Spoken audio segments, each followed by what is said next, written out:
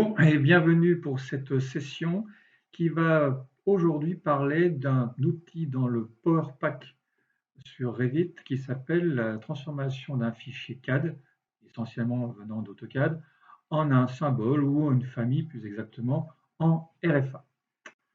Alors, je me présente, je m'appelle Vincent Bansard, je suis architecte de formation, formateur également sur les logiciels de type essentiellement AEC.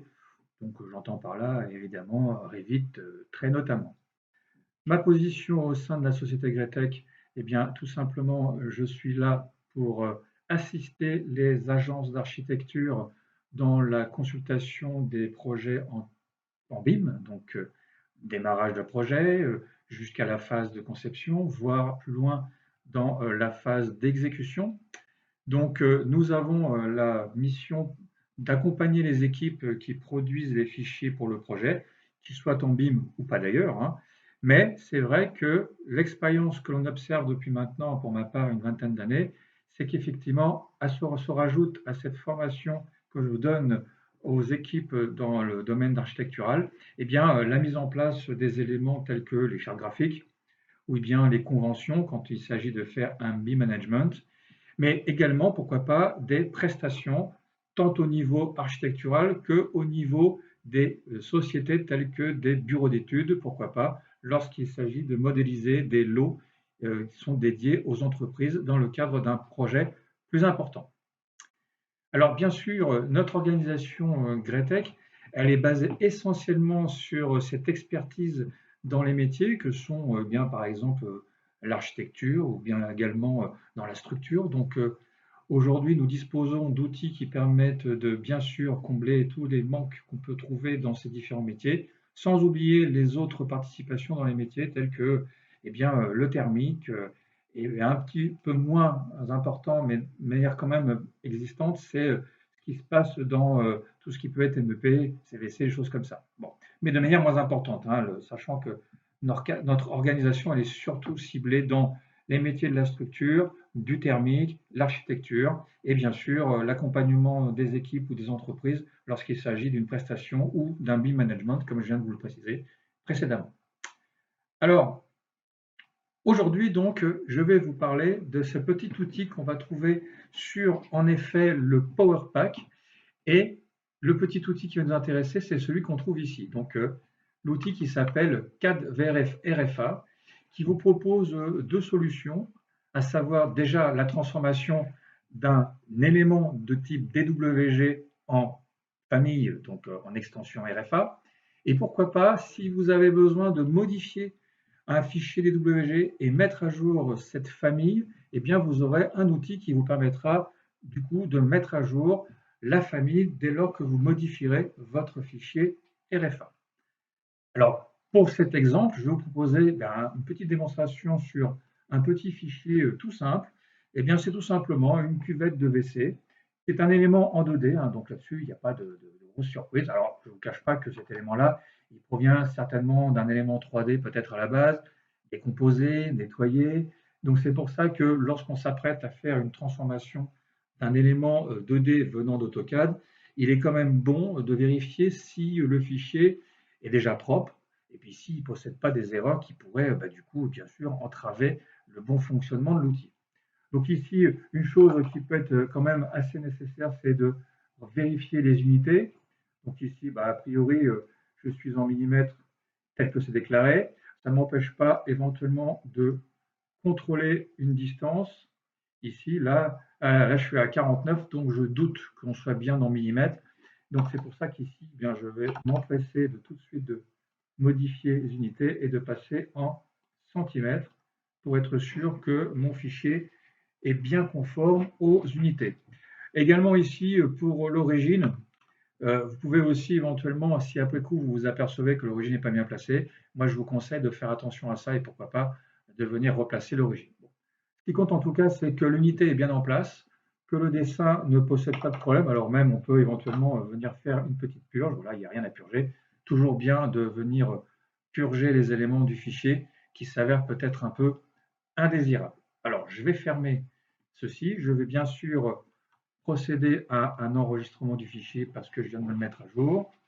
ici. Donc ici, je l'ai appelé cuvette WC 2D parce que je vous montrerai dans un second temps, évidemment, que ça fonctionne également pour des éléments de type 3D.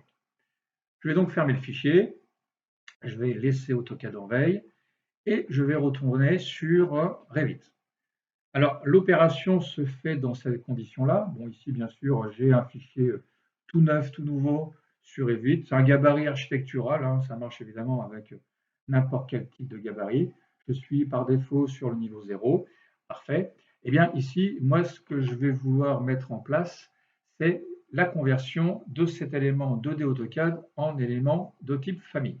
Pour ça, je vais commencer par insérer ce fichier dans un fichier projet, donc pas dans une famille, parce que sinon, vous allez voir qu'on ne va pas pouvoir l'insérer comme un lien, car en effet, c'est la seule méthode que vous devez utiliser lorsque vous ramenez le fichier DWG dans Revit, et du coup en lien, et si c'est en lien, ça ne peut être que sur un fichier de projet. Donc je vais lier mon fichier. Alors bien sûr, je vais chercher ici le fichier. Alors voilà, moi il s'appelait cuvette VC2D. Très bien. Ici, je vais vérifier l'unité centimètre. Oui, c'est ce que j'avais corrigé, c'est très bien. Bon, après, effectivement, ici, vous connaissez les options d'importation qui sont assez classiques. Automatique centre-centre, ça c'est pour m'éviter éventuellement des péripéties sur les insertions centre-centre. C'est mieux pour que origine-origine, sauf si je suis vraiment sûr de l'import de mon fichier et je suis sûr que mon fichier arrivera bien sur l'origine qui, par défaut, je vous rappelle, est à peu près localisé ici dans Revit. Mais bon, voilà, moi ça me va. Bon, ici, rien n'a changé, donc je vais faire ouvrir. Donc le fichier apparaît, bon, évidemment il n'est pas très lourd, hein. Donc le voici, je mets un peu pour qu'on le voit bien. Voici mon élément qui est en effet normalement bien un lien, c'est-à-dire qu'ici, si je vais regarder ce qui se passe, je vais naturellement vérifier que j'ai bien récupéré un fichier lié. Bon, parfait. Maintenant que j'ai récupéré mon fichier, je vais pouvoir procéder à cette transformation. Donc, retour sur le Power Pack et je vais aller chercher ici un des outils, le premier, CAD en RFA. Alors, je vous conseille, peut-être qu'il y a déjà certains d'entre vous qui l'ont utilisé, il vaut mieux sélectionner d'abord l'élément que l'on veut transformer, comme ici, et puis ensuite, vous pouvez retourner dans l'onglet Power Pack et là, procéder à la transformation. Alors évidemment, ici, c'est possible qu'il vous demande une petite transformation. Alors évidemment, vous l'avez vu passer assez furtivement, tout simplement parce que si c'est un élément qui provient d'un fichier tel que AutoCAD en 2018, c'était un peu mon cas ici, parce que c'était une version 2020 d'AutoCAD, donc ce n'est pas la version 2021, eh bien lui, s'il prend comme option que les fichiers sont enregistrés au plus haut en version 2018, eh bien il va considérer qu'il y a une mise à jour à faire. Bon, ça, a priori, c'est dans l'algorithme de transformation. Mais là, maintenant, j'ai normalement un fichier qui est, vous voyez ici, plutôt, non pas le fichier lié, mais bien une famille. Pour s'en rendre compte, allons faire un tour dans, ici, la liste des familles. Et bien sûr, vous allez me dire, oui, mais dans quelle catégorie s'est-il exporté?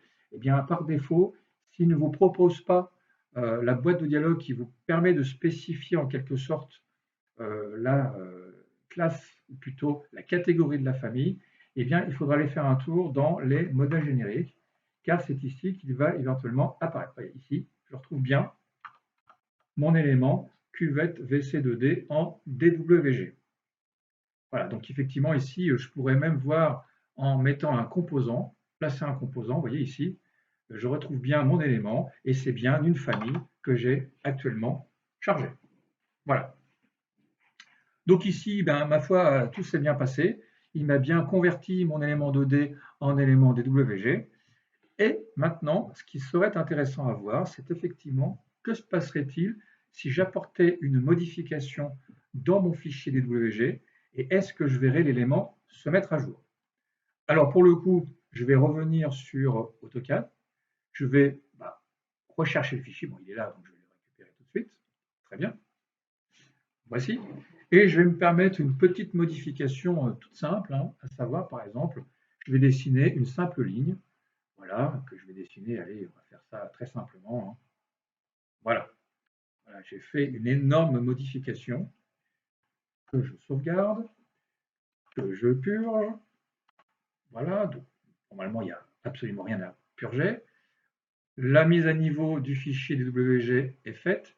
Donc ici, je vais pouvoir fermer une nouvelle fois mon fichier DWG, réduire AutoCAD, et ici voir un petit peu ce qui se passe si je mets un des éléments à jour. Par exemple, je vais d'abord sélectionner celui-ci, peu importe hein, la famille que je sélectionne pourvu qu'il y en ait une. Je reviens sur mon onglet Power Pack et ici je vais choisir l'option Actualiser RFA. Donc ça mouline un peu parce qu'en fait il ouvre de manière transparente le fichier, il le recharge, il refait la procédure et effectivement vous constatez qu'il a bien mis à jour les deux éléments car évidemment les deux éléments font partie de la même famille. Voilà, là vous avez donc un élément 2D provenant d'AutoCAD converti en une famille et qu'il est possible de mettre à jour dès lors qu'on fait une modification dans AutoCAD. Ça, c'était pour les éléments 2D. Que se passe-t-il si je voulais faire la même chose avec une entité 3D? Alors, je vais faire un nouveau fichier, alors un nouveau projet. Si je reprends mon gabarit architectural, hein, très bien, il va m'ouvrir donc un nouveau fichier tout propre, tout neuf. Je vais fermer celui-là. Bon, bien sûr que je ne vais pas enregistrer. Et ici, eh bien, je vais revenir sur AutoCAD et je vais aller chercher un nouveau fichier. Je vais chercher, tiens, celui-ci. Voilà, c'est un élément de type MEP, tout simple. Hein. Voilà, je vais l'ouvrir. Voici un peu l'aspect de l'élément que vous avez. Donc, toujours les mêmes vérifications, à savoir que si par exemple, je vais me mettre en vue de dessus, je vais rapidement prendre une petite distance pour voir un petit peu si l'unité qu'il me propose est correcte. Donc là, 1264, là je pense que je suis plus dans une unité millimétrique. Voyons voir un peu comment c'est déclaré dans le fichier. Centimètres, ah ben non, là, ça ferait quand même beaucoup de centimètres. Donc je pense plutôt que c'est des millimètres. Voilà, faire OK. Très bien. Je vais donc là encore une fois revérifier que la purge est parfaite, donc rien à purger. Éventuellement, je vais le mettre en position comme ça, c'est peut-être plus facile visuellement. Je vais enregistrer le fichier et je vais le fermer. Je réduis AutoCAD. De retour sur mon fichier Revit, même procédure, je vais d'abord insérer avec l'outil lié CAO. Voilà. Je vais aller chercher mon équipement MEP 3D qui est ici. Bon, ici, bien sûr, alors attention à l'unité. On avait vu que certainement des millimètres. Automatique sans traçant pour ne pas le chercher sur l'écran si jamais le point d'insertion n'était pas correctement défini. Je fais ouvrir. Voilà. Alors, certainement éléments de géométrie, il y a peut-être un message. Bon, a priori, c'est pas très grave. Peut-être que c'est un peu pris. Il y a peut-être un problème d'échelle, mais je ne sais pas. Testons comme ceci. Voilà. Donc, j'ai mon élément. Et là, même chose. On va bien sûr d'abord le sélectionner, comme on a déjà fait pour l'élément 2D. Revenir sur le Power Pack. Procéder au cadre en RFA. Toujours la même chose de manière furtive et transparente. Il m'a transformé, il m'a fait une mise à jour. Donc, vous avez vu, c'était un 2020 qui est passé en 2021. C'est comme je vous le disais, hein, certainement parce que ça a été ouvert sur un fichier AutoCAD 2020. Donc, du coup, il a cru que c'était une mise à jour qu'il devait faire au passage. Donc, j'ai récupéré normalement mon élément qui apparaît ici. Et ici également, nous allons pouvoir vérifier que les éléments sont bien générés en quoi? Eh bien, là aussi, en modèle générique. Voilà. Donc là aussi, il n'y aurait pas de souci parce que si vous voulez changer la catégorie, eh bien, à la limite, rien ne vous empêche de modifier la famille. Hein. Ça se comporte comme n'importe quelle famille. Voilà. Donc, j'ai bien mon élément qui est propre, bien découpé, bien comme il faut. Et à ce moment-là, il suffira de venir changer, pourquoi pas, la catégorie. Voilà. Et ici, je peux le mettre en élément d'équipement climatique, par exemple. Voilà. Et après, je gérerai comme ça, de toute façon, hein, vous savez comment ça se passe là-dessus. Pas de souci, pas de surprise. Ça fonctionne tout à fait normalement.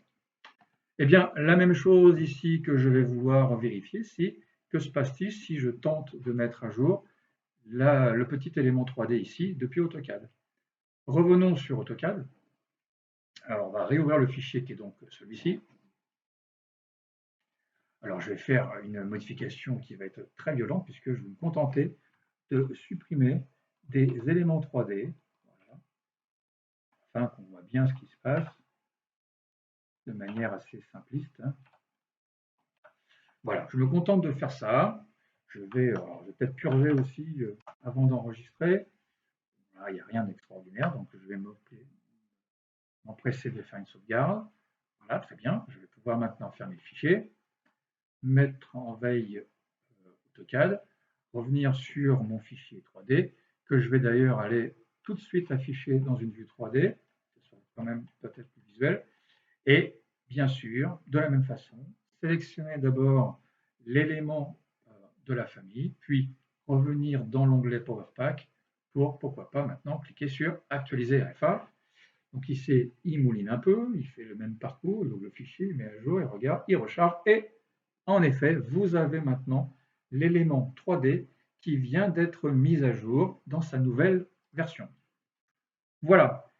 Donc vous avez vu comment on pouvait aussi bien manipuler des fichiers 2D, 3D venant d'AutoCAD pour les transformer sous la forme d'une famille pure 2D, donc des symboles par exemple que vous pourriez après charger dans votre fichier, dans n'importe quel autre fichier, et les éléments 3D effectivement que vous pouvez utiliser pour directement avoir des éléments 3D, certes pas paramétriques, mais au moins rapidement vous pouvez convertir des fichiers 3D que vous avez en AutoCAD, que vous aviez depuis longtemps et que vous voulez utiliser sans perdre trop de temps. Vous pouvez maintenant les convertir dans une version 3D Revit, c'est-à-dire une famille de Revit. Très bien. Donc ici, j'en ai terminé pour cette petite démonstration. Néanmoins, je vais vous proposer un petit bonus supplémentaire. Ici, je vais créer un nouveau projet. Un petit bonus qui consiste à avoir un autre outil du Power Pack de Revit. Ici, alors je vais effacer ça, ne pas enregistrer. C'est un petit outil qui peut être pratique puisque lorsque vous regardez dans le Power Pack, il y a quelque chose qui s'appelle le gestionnaire de marqueurs. Alors, le gestionnaire de marqueurs, qu'est-ce que c'est? Eh bien, par exemple, c'est un outil qui vous permettra, lorsque vous avez besoin de donner des informations sur des fichiers de type famille, par exemple une adresse URL, le nom du fabricant, l'auteur de la fabrication de l'objet, en fait, différents éléments, et que ça vous ennuie de faire fichier par fichier, vous pouvez ici sélectionner plusieurs familles et du coup les estampiller de ces trois éléments. Alors, c'est ce que je vais vous montrer ici à travers ce petit outil. Donc, voilà comment cela fonctionne. Je vais cliquer sur le bouton gestionnaire de marqueurs et ici, je vais, à l'aide de ces deux boutons-là, j'ai la possibilité de charger soit des familles en cliquant, en pointant les fichiers, ou bien directement de choisir un dossier de famille. Alors, commençons par une famille ou plusieurs volontairement. Alors ici, je vais revenir sur mon dossier dans lequel j'ai déjà enregistré quelques petites choses. Alors RFA, voilà, je vous ai pris par exemple ici, ça, un simple truc. Et le dossier port, je le réserve pour vous montrer qu'on peut aussi faire ça sur plusieurs éléments en même temps. Admettons que je prenne la grue de distribution. Bon, voilà. Donc je vais ouvrir l'élément. Ici, il me récupère bien l'élément que j'ai demandé à estampiller.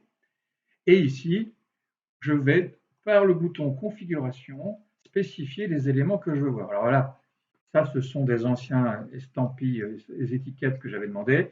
Mais ici, je peux dire, voilà, je vais mettre mon nom pour la société Gratec et le site www.gratec.com, c'est très bien.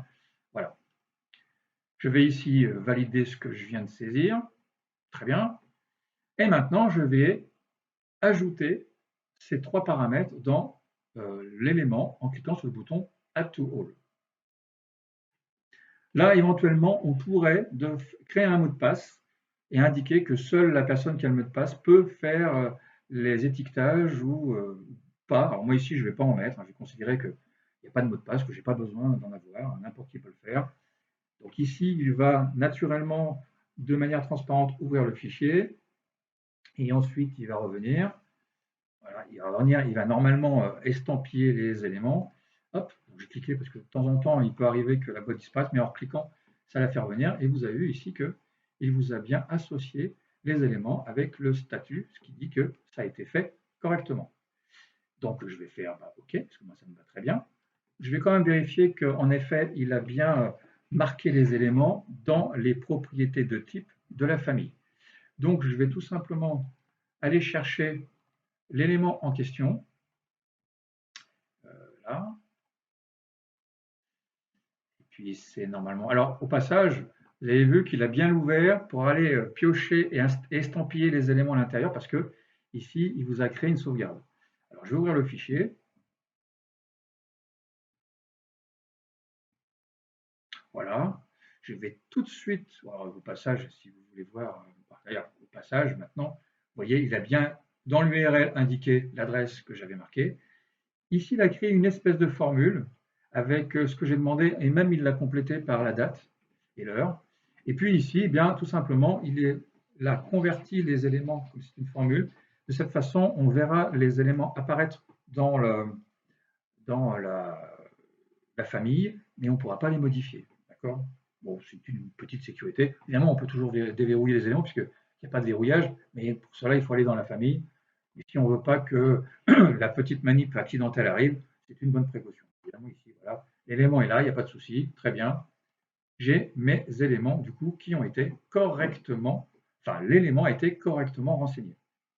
Alors, pour la dernière manipulation, voyons voir ce qui se passerait si je faisais ça sur des éléments plus nombreux, par exemple sur eh bien, un ensemble de fichiers de famille contenus dans un dossier. Pour cela, je vais aller chercher un dossier. Alors, je vais aller chercher ici. Voilà. Alors, c'est dans les familles, dans les portes, c'est des portes simples. OK, voilà. 3 fichiers de porte. Alors, la petite subtilité là-dedans, c'est que là, vous avez une simple famille qui est un panneau de porte, alors que les deux autres sont des familles qui contiennent des familles imbriquées. Parce que là aussi, est-ce que ça fonctionne bien quand j'ai une famille qui contient des familles imbriquées? Eh bien, nous allons voir tout de suite. Donc, mes éléments sont ici. Je vais regarder la configuration. Bon, je vais laisser comme ça, hein, ça ne va pas changer. OK. Et là, je vais ajouter à tous les éléments, évidemment, l'estampillage. Pas de mot de passe. Je fais OK. Et bien sûr, suivant le poids des fichiers qu'il va devoir ouvrir, éventuellement convertir, s'il y a des familles imbriquées, il va devoir les ouvrir également, et peut-être même mettre à jour les fichiers imbriqués. Donc ça peut prendre un certain temps, en espérant que ça ne dure pas un temps certain. Donc attention à ça. Éventuellement, c'est bien aussi éventuellement de vérifier que les fichiers que vous estampillez soient ouverts dans la bonne version de Revit. Ça peut faire gagner du temps, c'est-à-dire au pire, les ouvrir et les vérifier. Bon, ici, vous voyez qu'il m'a dit que supprimer les contraintes, c'est assez classique. Hein. Vous savez que quand on modifie une famille, souvent il a ce petit message qui vous invite à passer outre. Ce n'est pas une erreur, hein, simplement pour dire que la famille elle contient des contraintes parce qu'il y a des paramètres. Donc du coup, ça peut perturber l'ouverture. Il suffit de dire OK. Et à ce moment-là, il ouvre le fichier comme si de rien n'était. Là, il me le demande 2 fois parce qu'il y a des fichiers imbriqués à l'intérieur de cette famille. Donc, raison pour laquelle, ici, mais il passe le statut en m'affichant un fait, un done. Là, il va reproduire la même opération. Ici, il va peut-être me le demander 2 fois, je crois aussi. Donc, on attend. Alors, évidemment, hein, je vous conseille de ne pas faire ça sur une bibliothèque trop importante, sauf si vous avez autre chose à faire. Ça prendra le temps que ça prendra, mais peut-être que c'est de bonne loi de le faire par morceaux. C'est peut-être plus sage. Mais bon, de manière générale, les fichiers ne doivent pas être très très énormes, hein, puisque vous savez que les familles, au-delà de 2 mégas, ça peut devenir vite inexploitable, car trop lourd. Voilà, il vous a donc bien marqué toutes les informations qui étaient demandées, ici, dans l'élément, dans les éléments. Voilà, vous avez les fichiers. De la même façon ici, je pourrais, pourquoi pas, vérifier en prenant une. Bon, je vais prendre la. Alors, ici, les fichiers back pour indiquer qu'il vous a bien ouvert puis fermé. Bon, je vais prendre le panneau porte plein, tout simplement. Voilà, bon, bah, ça ressemble à ça, hein, c'est un panneau. C'est une famille imbriquée parce qu'il y a une poignée de porte à l'intérieur. Regardons un petit peu ce qui se passe et regardez, il m'a bien marqué les objets avec les informations que j'ai indiquées à l'intérieur. Voilà, donc je suis capable d'informer plusieurs objets en même temps avec des informations, c'est des informations du nom, fabricant et l'URL. Voici. Eh bien, là, j'en ai vraiment terminé avec la démonstration de ce petit outil dans le Power Pack. En même temps, je vous ai donné un petit bonus. Je vous remercie de votre participation. Bien sûr, vous pouvez, et je vous invite à consulter notre site sur les éventuelles astuces et tutoriels. Vous retrouverez probablement des informations, des vidéos concernant ce que je vous ai montré. Et puis, si vous avez besoin de poser des questions, eh bien, toujours par les mêmes éléments traditionnels, le mail, le site, etc., eh bien, vous pouvez nous faire part de vos remarques ainsi que de vos questions. Je vous souhaite une bonne fin de journée et je vous dis à bientôt. Au revoir.